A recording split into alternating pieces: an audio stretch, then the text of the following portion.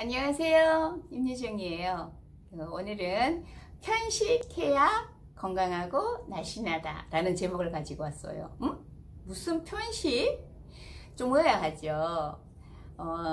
우리는 고정관념이 있어요. 어떤 고정관념이 있냐면 예로부터 많이 들어왔던 음식은 골고루 먹어야 건강하다라는 말을 많이 들어왔단 말이에요. 근데 그 말도 맞아요. 근데 그 말은 예전에 음식 문화가 발달하기 전에 먹을 게 좀 부족했을 때, 그때는 이제 음식이 차려지면 여러 가지 이것도 먹고 저것도 먹고 골고루 먹어야 되는 게 맞는데, 지금 근데 요즘은 아니란 말이죠. 요즘은 음식 문화가 너무 발달돼 있고 가는 곳곳마다 먹을 게 넘쳐난단 말이죠. 그렇기 때문에 요즘은 이렇게 여러 가지 음식들을 다 먹는 것이 아니라 내 몸에 도움이 되는 음식들을 골라서 편식을 해서 먹어라, 이런 말이에요. 제가 얼마 전에 또 재미있는 책을 봤어요. 그 어떤 제목이냐면 스마트 푸드 다이어트. 이 스마트 푸드 다이어트라는 이제 이 제목이 또 재밌어가지고 이제 보게 됐는데, 이 책에는 보면 우리가 먹는 것만으로 노화, 질병, 그 다음에 과체중으로부터 우리 몸을 막을 수가 있다, 이제 이렇게 돼 있어요. 근데 거기 보니까 또 재밌는 게, 우리는 태어날 때 부모로부터 유전자를 이게 물려받고 태어나잖아요. 근데 그 유전자 중에 장수 유전자와 노화 유전자를 이제 같이 가지고 이제 태어난다고 합니다. 근데 이 장수 유전자와 노화 유전자가 각자 목적과 역할이 있어요. 먼저 노화 유전자를 볼게요. 이 노화 유전자는 어떤 역할을 하냐면, 우리가 이제 음식을 먹게 되면, 많이 이제 먹게 되면 비상 때를 대비해서, 우리가 혹이라도 그 음식을 먹지 못할 때를 대비해서 비상식량을 모으는 그 역할을 하는 것이 이제 노화 유전자로 합니다. 우리 쉽게 이제 예를 들면 다람쥐 있죠. 이 다람쥐가 가을에 이제 도토리가 많을 때 당장에는 먹기는 배부르고 하니까 어때요? 막 이 굴 파서 넣고 저 굴 파서 넣고 이제 막 여기저기 이제 막 저장을 해놓죠. 그러다가 본인도 어디에 숨겨놓은지를 기억이 안 나서 못 찾아 먹는 그 도토리들이 나중에 이제 뭐 도토리 숲을 이루고 이제 이런 얘기들이 있잖아요. 그 다람쥐처럼 이 노화 유전자도 마찬가지로 이제 음식이 많이 이제 들어왔을 때 이제 비축을 한다는 거죠. 그런데 이 그 비축을 어디에다가 비축을 하냐면 지방 조직, 기존에 우리가 갖고 있는 지방 조직이 있죠. 이 지방 조직에다가 차곡차곡 저장을 한다고 해요. 이 지방이 가장 많은 데가 어디예요? 배, 엉덩이, 허벅지, 뭐 이 팔뚝, 아니면 이제 볼, 턱 이런 데다가 이제 차곡차곡 저장을 합니다. 그런데 한번 가만히 보세요. 우리가 이 굶주릴 때가 있냐고요. 오히려 굶주리기보다는 수시로 간식을 또 먹고 중간중간 또 간식을 먹잖아요. 그러다 보니까 이렇게 비축해 놓을 필요가 없는데도 불구하고 이 노화 유전자는 자기 역할에 충실하기 위해서 어떻게 하든 모은다고 합니다.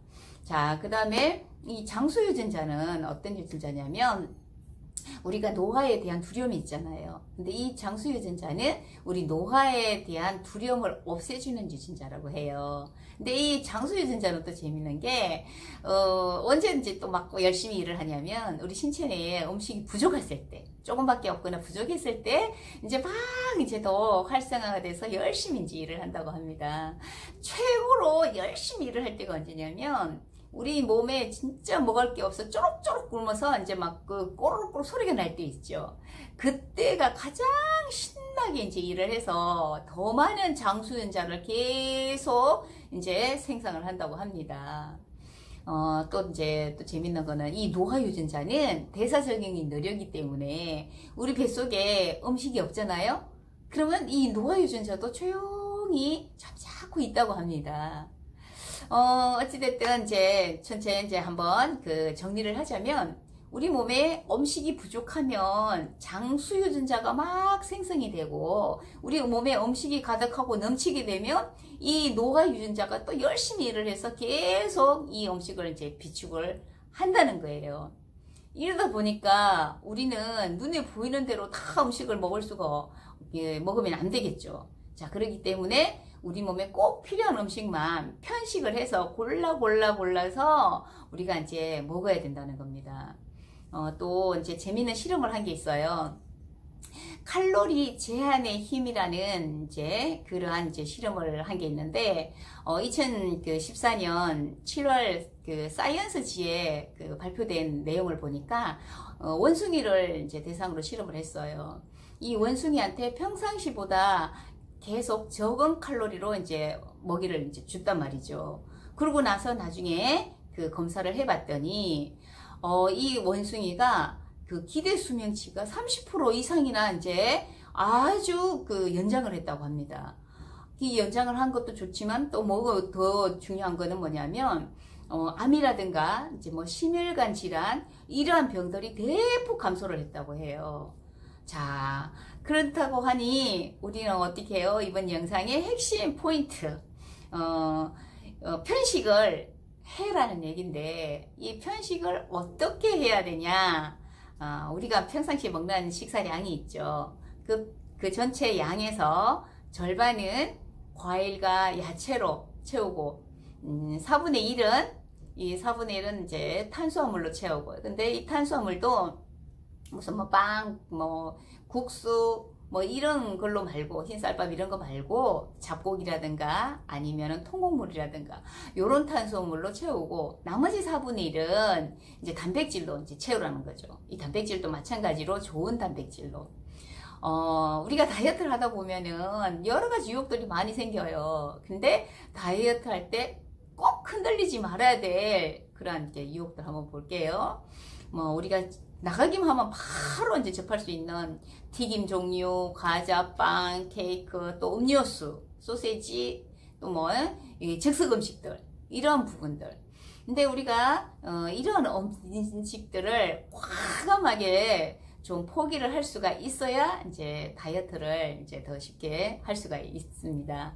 근데 재미있는 건 뭐냐면 우리가 이렇게 건강식으로 계속 습관이 되잖아요. 그러면 자연적으로 이런 몸에 해로운 음식들은 멀리하게 되더라고요. 제가 요즘 이제 계속 다이어트 진행을 하고 있잖아요. 지금 6주차를 하고 있는데 진짜 그렇더라고요. 제가 그렇게 좋아했던 면 종류, 쫄면, 막 이제 빵 이런 것들이 이제는 별로 먹고 싶은 생각이 없어요. 다른 사람 앞에서요 그렇게 맛있게 먹어도 손이 안 가더라고요. 대신에 이제 제 몸에 도움이 되는 건강한 음식들로 먹게 되면 굉장히 이제 행복하고 또 맛있고 이제 이렇게 제 식성이 이제 지금 바뀌고 있습니다. 자, 이렇게 음식 하나로만 바뀌어도 우리 몸에 장수 유전자가 이렇게 생성이 된다고 하니까 이제 이제부터 내 몸에 도움이 되는 음식으로 골라서 편식을 하세요. 그래서 이 편식을 함으로써 내 몸도 건강하게 지키고 또 아름다운 몸으로도 바꿀 수 있는 또 저와 여러분이 됐으면 좋겠습니다. 자, 오늘도 끝까지 시청해 주셔서 너무너무 감사하고요. 또 구독과 좋아요는 또 지속적인 그러한 응원이 됩니다. 오늘 남은 시간도 행복하시고요. 또 만나요. 감사합니다.